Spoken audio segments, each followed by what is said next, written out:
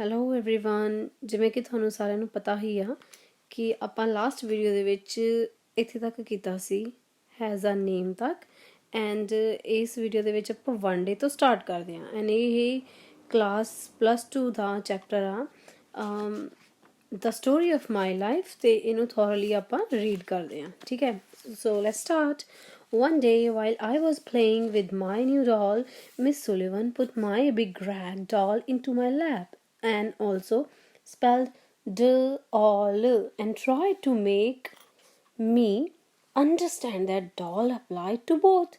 ਕਹਿੰਦੇ ਜਦੋਂ ਮੈਂ ਆਪਣੀ ਨਿਊ ਡੋਲ ਦੇ ਨਾਲ ਖੇਲ ਰਹੀ ਸੀ ਤਾਂ ਮਿਸ ਸੁਲੀਵਨ ਨੇ ਕੀ ਕੀਤਾ ਬਿਗ ਮਤਲਬ ਵੱਡੀ ਰੈਗ ਮਤਲਬ ਕੱਪੜੇ ਦੀ ਜਿਹੜੀ ਡੋਲ ਬਣੀ ਹੋਈ ਸੀ ਉਹਨਾਂ ਨੇ ਮੇਰੀ ਗੋਦੀ ਦੇ ਵਿੱਚ ਥਮਾ ਦਿੱਤੀ ਮੈਨੂੰ ਪਕੜਾ ਦਿੱਤੀ ਤੇ ਮੈਨੂੰ ਦੱਸਿਆ ਕਿ ਇਹ ਵੀ ਡੋਲ ਆ ਐਕਚੁਅਲੀ ਉਹ ਅੰਡਰਸਟੈਂਡ ਕਰਾਉਣਾ ਚਾਹੁੰਦੇ ਸੀ ਕਿ ਜਿਹੜੀਆਂ ਦੋਨੋਂ ਚੀਜ਼ਾਂ ਮੇਰੇ ਹੱਥ ਦੇ ਵਿੱਚ ਆ ਇਹ ਦੋਨੋਂ ਕੀ ਆ ਡੋਲ earlier in the day we had a tussle ਹੁੰਦਾ ਲਾਈਕ ਲੜਾਈ ਥੋੜਾ ਜਿਹਾ ਵਿਵਾਦ ਝਗੜਾ ਇਸ type the had a tussle over the words mug and water ਕਹਿੰਦੇ ਸਵੇਰੇ ਦਿਨ ਦੇ ਵਿੱਚ ਸਾਡੇ ਮਗ ਤੇ ਵਾਟਰ ਨਾਮ ਦੇ ਸ਼ਬਦਾਂ ਨੂੰ ਲੈ ਕੇ ਥੋੜਾ ਜਿਹਾ ਵਾਦ ਵਿਵਾਦ ਹੋ ਗਿਆ ਸੀ Miss Sullivan had tried to impress it upon me that mug is mug and water is water ਕਹਿੰਦੇ ਮਿਸ ਸੁਲੀਵਨ ਕੋਸ਼ਿਸ਼ ਕਰ ਰਹੇ ਸੀ ਕਿ ਮਗ ਆ ਤੇ ਵਾਟਰ ਆ ਬਟ ਆਈ ਪਰਸਿਸਟ ਹੁੰਦਾ ਕਿਸੇ ਚੀਜ਼ ਨੂੰ ਲਗਾਤਾਰ ਕਰਨਾ but I persisted in confounding the two. Confounding means puzzle ਹੋਣਾ ਪਰ ਮੈਂ ਕੀ ਆ ਉਹਨਾਂ ਦੋਨਾਂ ਦੇ ਵਿੱਚ puzzle ਹੋ ਰਹੀ ਸੀ in despair ਕਹਿੰਦੇ ਨਿਰਾਸ਼ਾ ਦੇ ਵਿੱਚ she had dropped the subject for the time only to renew it at the first opportunity. ਕਹਿੰਦੇ ਉਹਨਾਂ ਨੇ ਸੋਚ ਲਿਆ ਕਿ ਉਸ ਸਮੇਂ ਦੇ ਉੱਤੇ ਇਸ ਟੌਪਿਕ ਨੂੰ ਉਹ ਛੱਡ ਦੇਣਗੇ ਤੇ ਜਦੋਂ ਸਹੀ ਟਾਈਮ ਆਏਗਾ ਉਦੋਂ ਇਹਨੂੰ ਦੁਬਾਰਾ ਸਮਝਾਉਣਗੇ I became impatient that her repeated attempts and seizing the new doll I dashed it upon the floor. ਕਹਿੰਦੇ ਮੈਂ ਉਹਨਾਂ ਦੇ ਜਿਹੜੇ ਬਾਰ-ਬਾਰ ਰਿਪੀਟਡ ਲਗਾਤਾਰ ਕੀਤੇ ਜਾ ਰਹੀਆਂ ਅਟੈਂਪਟਸ ਮਤਲਬ ਕੋਸ਼ਿਸ਼ਾਂ ਤੋਂ ਮੈਂ ਕੀ ਹੈ ਇੰਪੇਸ਼ੈਂਟ ਹੋ ਗਈ ਬੇਸਬਰ ਜਿਹੀ ਹੋ ਗਈ ਤੇ ਮੈਂ ਕੀ ਡੋਲ ਪਕੜੀ ਉਹਨਾਂ ਤੋਂ ਸੀਜ਼ ਕੀਤੀ ਡੋਲ ਤੇ ਕੀ ਕਰ ਦਿੱਤਾ ਉਹਨੂੰ ਡੈਸ਼ ਹੁੰਦਾ ਸੁੱਟਣਾ ਕਿ ਮੈਂ ਉਹਨੂੰ ਸੁੱਟਿਆ ਵਗਾ ਕੇ ਸੁੱਟਿਆ ਉਹਨੂੰ ਕਿੱਥੇ ਅਪਨ ਦਾ ਫਲੋਰ ਜ਼ਮੀਨ ਦੇ ਉੱਤੇ I was keenly delighted when I felt the fragments of the broken doll at my feet. ਕਹਿੰਦੇ ਮੈਂ ਉਦੋਂ ਬਹੁਤ ਡਿਲਾਈਟ ਹੁੰਦਾ ਖੁਸ਼ੀ ਹੋਣਾ ਕਹਿੰਦੇ ਮੈਨੂੰ ਬੜੀ ਖੁਸ਼ੀ ਹੋਈ ਜਦੋਂ ਮੈਂ ਉਹਨਾਂ ਫਰੈਗਮੈਂਟਸ ਹੁੰਦਾ ਟੁਕੜੇ ਟੋਟੇ ਜਦੋਂ ਮੈਂ ਉਹਨਾਂ ਟੁਕੜਿਆਂ ਨੂੰ ਦੇਖਿਆ ਡੋਲ ਦੇ ਟੁਕੜਿਆਂ ਨੂੰ ਦੇਖਿਆ ਨਹੀਂ I mean ਮਹਿਸੂਸ ਕੀਤਾ ਆਪਣੇ ਪੈਰਾਂ ਦੇ ਨਾਲ neither sorrow nor regret followed my passionate outburst. ਕਹਿੰਦੇ ਮੇਰੇ ਅੰਦਰੋਂ ਨਾ ਤਾਂ ਕੋਈ ਸੌਰੋ ਨਿਕਲਦਾ ਸੀ ਕੋਈ ਦੁੱਖ ਵੀ ਨਹੀਂ ਸੀ ਨਾ ਹੀ ਤਾਂ ਨਾ ਹੀ ਕੋਈ ਮੈਨੂੰ ਰੀਗਰੈਟ ਸੀ ਪਛਤਾਵਾ ਵੀ ਨਹੀਂ ਸੀ ਇਸ ਚੀਜ਼ ਦਾ I had now loved the doll.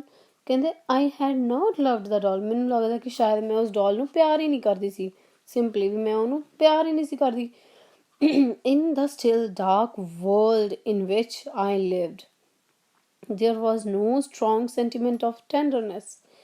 ਕਹਿੰਦੇ ਜਿਹੜੇ ਡਾਰਕ ਸੰਸਾਰ ਦੇ ਵਿੱਚ ਮੈਂ ਰਹਿ ਰਹੀ ਹਾਂ ਨਾ ਹਨੇਰੇ ਭਰੀ ਜ਼ਿੰਦਗੀ ਦੇ ਵਿੱਚ ਉਹਦੇ ਵਿੱਚ ਕੋਈ ਸੈਂਟੀਮੈਂਟਸ ਯਾਨੀ ਕਿ ਫੀਲਿੰਗਸ ਦੀ ਜਾਂ ਕੋਈ ਟੈਂਡਰਨੈਸ ਹੁੰਦਾ ਨਰਮਾਈ ਦੀ ਕੋਈ ਥਾਂ ਹੀ ਹੈ ਨਹੀਂ I felt my teacher sweep the fragments to one side of the hearth ਕੀ ਹੁੰਦਾ ਆ hearth ਹੁੰਦਾ ਅੰਗੀਠੀ ਮੀਨਸ ਕਿ ਜਿੱਥੇ ਫਾਇਰ ਚਲਾਈ ਜਾਂਦੀ ਆ ਫਾਇਰ ਪਲੇਸ ਆਪਾਂ ਕਹਿ ਦਿੰਦੇ ਜਿਹਨੂੰ hearth ਕਹਿ ਦਿੰਦੇ ਉਹਨੂੰ ਕਹਿੰਦੇ ਮੈਂ ਮਹਿਸੂਸ ਕੀਤਾ ਕਿ ਮੇਰੇ ਟੀਚਰ ਨੇ ਸਵੀਪ ਕਰ ਦਿੱਤਾ ਸਵੀਪ ਮਤਲਬ ਹੁੰਜ ਕੇ ਉਹਦੇ ਟੁਕੜਿਆਂ ਨੂੰ ਡੋਲਦਿਆਂ ਨੂੰ hearth ਵੱਲ ਕਰਤਾ I had a sense of satisfaction that the cause of my discomfort was removed. ਕਹਿੰਦੇ ਮੈਨੂੰ ਕੀ ਆ ਇੱਕ ਤਰ੍ਹਾਂ ਦੀ ਸੈਟਿਸਫੈਕਸ਼ਨ ਹੋਈ ਕਿ ਮੇਰਾ ਜਿਹੜਾ ਮੀਨਸ ਕਿ ਮੇਰਾ ਕਹਿੰਦੇ ਕਿ ਜਿਹੜਾ ਇੱਕ ਡਿਸਕੰਫਰਟ ਸੀਗਾ ਡਿਸਕੰਫਰਟ ਮਤਲਬ ਜਿਹੜੀ ਚੀਜ਼ ਮੈਨੂੰ ਕੰਫਰਟ ਨਹੀਂ ਮਹਿਸੂਸ ਕਰਵਾ ਰਹੀ ਸੀ ਉਹ ਚੀਜ਼ ਹੁਣ ਰਿਮੂਵ ਹੋ ਗਈ, ਦੂਰ ਹੋ ਗਈ ਆ। Okay, she bought me my hat and I knew I was going out into the warm sunshine। ਕਹਿੰਦੇ ਉਹ ਮੇਰੇ ਲਈ ਮੇਰੀ ਹੈਟ ਲੈ ਕੇ ਆਏ ਤੇ ਮੈਨੂੰ ਇਸ ਗੱਲ ਤੋਂ ਪਤਾ ਲੱਗ ਗਿਆ ਕਿ ਹੁਣ ਅਸੀਂ ਬਾਹਰ ਨਿੱਘੀ ਧੁੱਪ ਦੇ ਵਿੱਚ ਜਾਵਾਂਗੇ। ਵਾਰਮ ਮੀਨਸ ਨਿੱਘੀ। This thought, if a wordless sensation may be called a thought, made me hope and skip with pleasure। hope and skip, ਉਛਲਣਾ ਕੁੱਦਲਣਾ। ਕਹਿੰਦੇ ਇਹੀ ਚੀਜ਼ ਨੇ ਮੈਨੂੰ ਇੱਕ ਚੀਜ਼ ਮਹਿਸੂਸ ਕਰਾਈ, ਸੈਂਸੇਸ਼ਨ ਮਤਲਬ ਫੀਲ ਕਰਨਾ ਕਿਸੇ ਚੀਜ਼ ਨੂੰ। ਵਰਡਲੈਸ ਸੈਂਸੇਸ਼ਨ ਨੇ ਮੈਨੂੰ ਸੋਚਣ 'ਤੇ ਮਜਬੂਰ ਕੀਤਾ, made me hope and skip with pleasure, ਕਿ ਮੈਂ ਖੁਸ਼ੀ ਦੇ ਮਾਰੇ ਉਛਲਣ ਕੁੱਦਲਣ ਲੱਗ ਪਈ। We walked down the path to the well house, attracted by the fragrance of the honeysuckle with which it was covered। ਕਹਿੰਦੇ ਅਸੀਂ ਵੈਲ ਹਾਊਸ ਦੇ ਕੋਲੋਂ ਦੀ ਲੰਘ ਰਹੇ ਸੀ ਜਿੱਥੇ ਕਿ ਹਨੀ ਸਕਲ ਦੀ ਖੁਸ਼ਬੂ ਸਾਨੂੰ ਆਪਣੇ ਵੱਲ ਅਟਰੈਕਟ ਕਰ ਰਹੀ ਸੀਗੀ, ਤੇ ਉਹ ਵੈਲ ਹਾਊਸ ਜਿਹੜਾ ਆ ਉਹ ਹਨੀ ਸਕਲ ਨਾਲ ਕਵਰਡ ਸੀਗਾ। Someone was drawing water and, drawing ਕੀ ਹੁੰਦਾ, ਮੀਨਸ ਕਿ ਪਾਣੀ ਨੂੰ ਖਿੱਚਣਾ, ਕਿ ਕੋਈ ਪਾਣੀ ਨੂੰ ਬਾਹਰ ਕੱਢ ਰਿਹਾ ਸੀ, ਭਰ ਰਿਹਾ ਸੀਗਾ ਜਿੱਦਾਂ ਕੂਏ 'ਚੋਂ ਕੱਢ ਕੇ। And my teacher placed my hand under the spout. Spout ਹੁੰਦਾ ਆ ਪਾਈਪ ਜਾਂ ਪਰਨਾਲਾ ਕਹਿ ਸਕਦੇ ਹਾਂ ਆਪਾਂ। ਕਹਿੰਦੇ ਮੇਰੇ ਹੱਥ ਨੇ ਮੇਰੇ ਟੀਚਰ ਨੇ ਮੇਰਾ ਹੱਥ ਪਕੜ ਕੇ ਉਸ ਸਪਾਊਟ ਦੇ ਨੀਚੇ ਕਰਤਾ, ਉਸ ਪਾਈਪ ਦੇ ਜਾਂ ਉਸ ਪਰਨਾਲੇ ਦੇ ਨੀਚੇ ਕਰਤਾ। As the cool stream gushed over one hand, she spelled into the other the word water, first slowly then rapidly। ਜਿਵੇਂ ਹੀ ਕਹਿੰਦੇ ਉਹ ਠੰਡਾ ਠੰਡਾ ਪਾਣੀ ਇੱਕ ਹੱਥ ਤੇ ਮੇਰੇ ਗਸ਼ਡ ਮਤਲਬ ਚੱਲਿਆ, ਠੀਕ ਹੈ। ਪਾਣੀ ਦੀ ਸਟਰੀਮ ਮਤਲਬ ਨਦੀ, ਪਾਣੀ ਦੀ ਨਦੀ ਜਿਹੀ ਜਦੋਂ ਮੇਰੇ ਹੱਥ ਤੇ ਚੱਲੀ, ਉਸੇ ਸਮੇਂ ਤੇ ਕਹਿੰਦੇ ਦੂਸਰੇ ਹੱਥ ਤੇ ਮੈਡਮ ਨੇ ਕੁਛ ਲਿਖਿਆ। ਉਹਨਾਂ ਨੇ ਕੀ ਲਿਖਿਆ, ਵਾਟਰ। ਪਹਿਲਾਂ ਕਹਿੰਦੇ ਹੌਲੀ ਜਿਹੀ, ਫਿਰ ਤੇਜ਼ੀ ਨਾਲ, ਰੈਪਿਡਲੀ, ਲਗਾਤਾਰ, ਜਲਦੀ। ਮਤਲਬ ਉਹਨਾਂ ਨੇ ਡਿਫਾਈਨ ਕੀਤਾ ਨਾ ਕਿ ਜੋ ਚੀਜ਼ ਤੇਰੇ ਇੱਕ ਹੱਥ ਤੇ ਹੈ, ਚੱਲ ਰਹੀ ਆ, ਜੋ ਤੂੰ ਮਹਿਸੂਸ ਕਰ ਰਹੀ ਆ, ਇਸ ਚੀਜ਼ ਨੂੰ ਪਾਣੀ ਕਹਿੰਦੇ ਆ। ਕਿਉਂ ਉਹ ਇੱਦਾਂ ਦੇ ਲੈਸਨਸ ਉਹਨਾਂ ਨੂੰ ਦੇ ਰਹੇ ਸੀ, ਕਿਉਂਕਿ ਉਹ ਬਲਾਈਂਡ ਐਂਡ ਡੈਫ ਸੀਗੇ, ਠੀਕ ਹੈ। ਬਲਾਈਂਡ ਮੀਨਸ ਅੰਨੇ ਸੀਗੇ। ਅੱਛਾ ਜੀ, ਨੈਕਸਟ ਲਾਈਨ ਦੇਖਦੇ ਹਾਂ। I stood still, my whole attention fixed upon the motions of her fingers। ਕਹਿੰਦੇ ਮੈਂ ਬਿਲਕੁਲ ਸਟਿਲ ਉਸ ਟਾਈਮ 'ਤੇ ਹੋ ਗਈ, ਕਿ ਰੁਕ ਗਈ, ਅਤੇ ਮੇਰੀ ਅਟੈਂਸ਼ਨ ਜਿਹੜੀ ਆ ਨਾ ਫਿਕਸ ਹੋ ਗਈ, ਮਤਲਬ ਰੁਕ ਗਈ ਉਹਨਾਂ ਦੀਆਂ ਉਂਗਲੀਆਂ 'ਤੇ, ਕਿ ਉਹਨਾਂ ਦੀਆਂ ਉਂਗਲੀਆਂ ਕੀ ਮੋਸ਼ਨ ਕਰ ਰਹੀਆਂ ਆ। Suddenly I felt a misty consciousness as of something forgotten, a thrill of returning thoughts, and somehow the mystery of language was revealed to me। Misty ਹੁੰਦਾ ਜਿੱਦਾਂ ਫੌਗੀ, ਧੁੰਦਲੀ ਜਿਹੀ, ਠੀਕ ਹੈ, ਅਤੇ ਥ੍ਰਿਲ ਹੁੰਦਾ ਰੋਮਾਂਚਕ, ਇੰਟਰਸਟਡ ਜਿਹਨੂੰ ਆਪਾਂ ਕਹਿ ਦਿੰਦੇ। ਕਹਿੰਦੇ ਇੱਕ ਕੌਨਸ਼ੀਅਸ ਮਤਲਬ ਕੌਨਸ਼ੀਅਸਨੈਸ, ਜਿੱਦਾਂ ਆਪਾਂ ਕਹਿ ਦਿੰਦੇ ਕਿ ਕਿਸੇ ਚੀਜ਼ ਨੂੰ ਲੈ ਕੇ ਅਲਰਟ ਹੋਣਾ।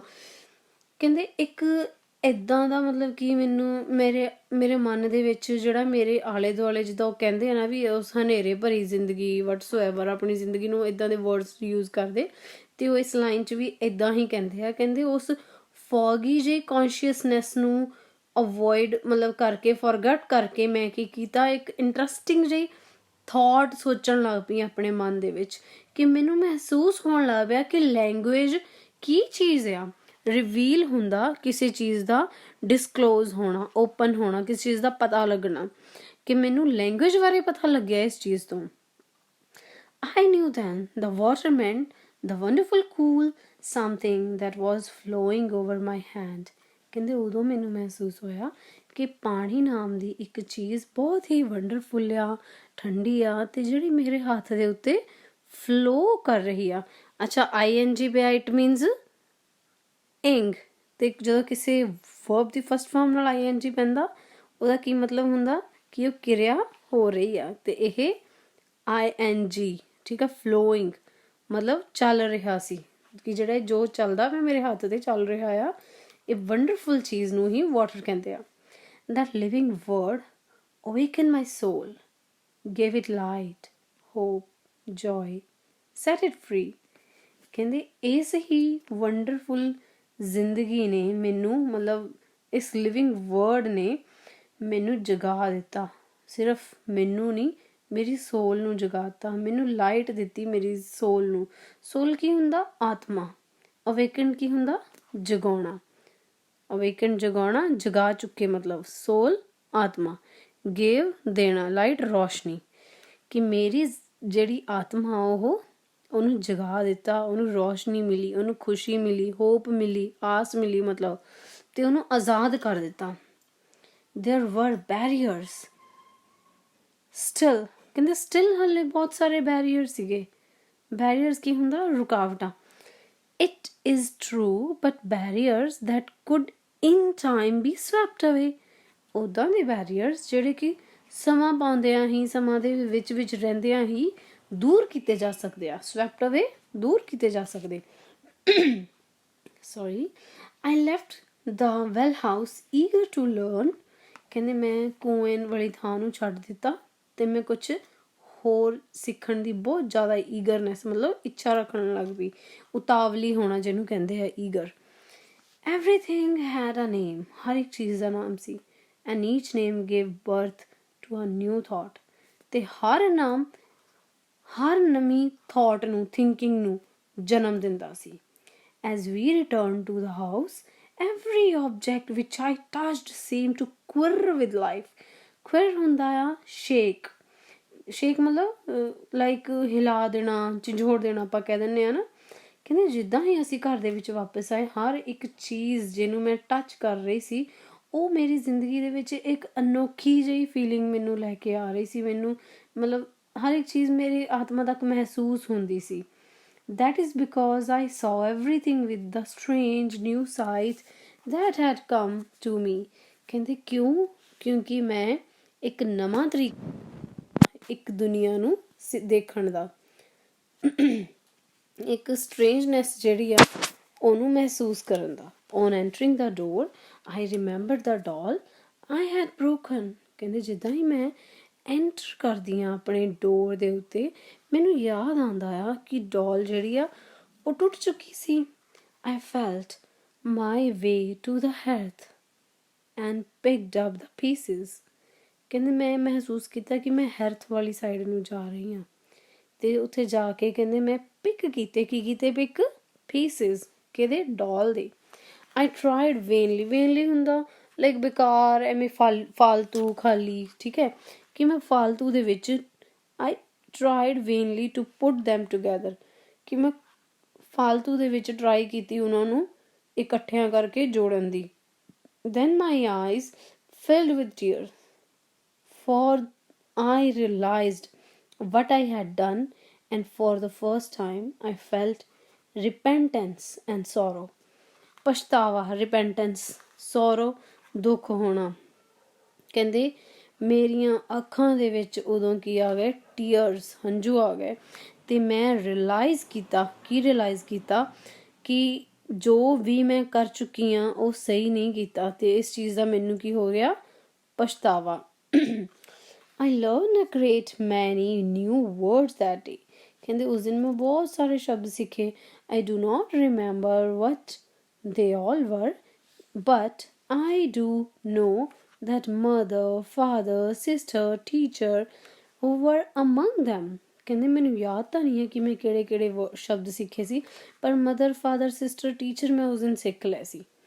words that were to make the world blossom for me। ਇੱਦਾਂ ਦੇ ਸ਼ਬਦ ਜਿਹੜੇ ਕਿ ਮੇਰੇ ਸੰਸਾਰ ਨੂੰ ਬਲੌਸਮ, ਖਿਲਾ ਦਿੰਦੇ ਆ। ਲਾਈਕ ਐਰਨਸ ਰॉड ਵਿਦ ਫਲਾਵਰਸ, ਜਿੱਦਾਂ ਕਿ ਐਰਨ ਦੀ ਸੋਟੀ ਫੁੱਲਾਂ ਦੇ ਵਿੱਚ। It would have been difficult to find a happier child than I was as I lay in my crib। crib ਕੀ ਹੁੰਦਾ? ਜਿਹੜਾ ਪਾਲਣਾ ਹੁੰਦਾ ਨਾ ਬੱਚੇ ਦਾ, ਪੰਘੂੜਾ ਜਿਹਾ ਹੁੰਦਾ ਜਿਹਨੂੰ ਝੂਟੇ ਦਿੰਦੇ ਰਹਿੰਦੇ ਹੁੰਦੇ ਆ ਉਹ। At the close of the eventful day and lived over the joys it had brought me। ਕਹਿੰਦੇ ਮੈਂ ਮਹਿਸੂਸ ਕਰ ਰਹੀ ਸੀ ਕਿ ਮੈਨੂੰ ਲੱਗਦਾ ਕਿ ਸ਼ਾਇਦ ਮੁਸ਼ਕਿਲ ਹੋਊਗਾ, ਡਿਫੀਕਲਟ ਹੋਊਗਾ ਇੱਦਾਂ ਦਾ ਬੱਚਾ ਫਾਈਂਡ ਕਰਨਾ ਜਿਹੜਾ ਮੇਰੇ ਤੋਂ ਵੀ ਜ਼ਿਆਦਾ ਖੁਸ਼ ਹੋਵੇ। ਤੇ ਇਹ ਚੀਜ਼ਾਂ ਮੈਂ ਉਦੋਂ ਸੋਚ ਰਹੀ ਸੀ ਜਦੋਂ ਮੈਂ ਕ੍ਰਿਬ ਦੇ ਵਿੱਚ ਲੰਮੀ ਪਈ ਸੀ। ਆਈ ਲੇ ਲਿਖਿਆ ਨਾ, ਜਦੋਂ ਮੈਂ ਕ੍ਰਿਬ ਦੇ ਵਿੱਚ ਲੰਮੀ ਪਈ ਸੀ ਤੇ ਮੈਂ ਉਦੋਂ ਇਹ ਚੀਜ਼ ਮਹਿਸੂਸ ਕਰ ਰਹੀ ਸੀ। ਤੇ ਇਹ ਇਵੈਂਟਫੁਲ ਡੇ ਜਿਹੜਾ ਮੇਰੇ ਲਈ ਬਹੁਤ ਸਾਰੀਆਂ ਖੁਸ਼ੀਆਂ ਲੈ ਕੇ ਆਇਆ। And for the first time longed for a new day to come। ਤੇ ਕਹਿੰਦੇ ਇਸ ਦੇ ਨਾਲ ਹੀ ਜਿਹੜਾ ਨਵਾਂ ਦਿਨ ਆ ਉਹਦੀ ਸ਼ੁਰੂਆਤ ਹੋਣ ਦਾ ਮਤਲਬ ਕਿ ਇੱਕ ਨਵੀਂ ਜ਼ਿੰਦਗੀ ਦੀ, ਕਹਿੰਦੇ ਇੱਕ ਤਰੀਕੇ ਨਾਲ ਉਹ ਇਹ ਮੈਸੇਜ ਦੇ ਰਹੇ ਕਿ ਇਸ ਤੋਂ ਬਾਅਦ ਇੱਕ ਨਵੀਂ ਜ਼ਿੰਦਗੀ ਆ ਜਾਂਦੀ ਹੈ, ਜਾਂ ਪਹਿਲੀ ਵਾਰੀ ਇੱਦਾਂ ਮਹਿਸੂਸ ਹੋਇਆ ਕਿ ਨਵਾਂ ਦਿਨ ਹੀ ਚੜ੍ਹ ਗਿਆ ਆ। ਠੀਕ ਹੈ, so thank you so much students. ਇਸ ਤੋਂ ਨੈਕਸਟ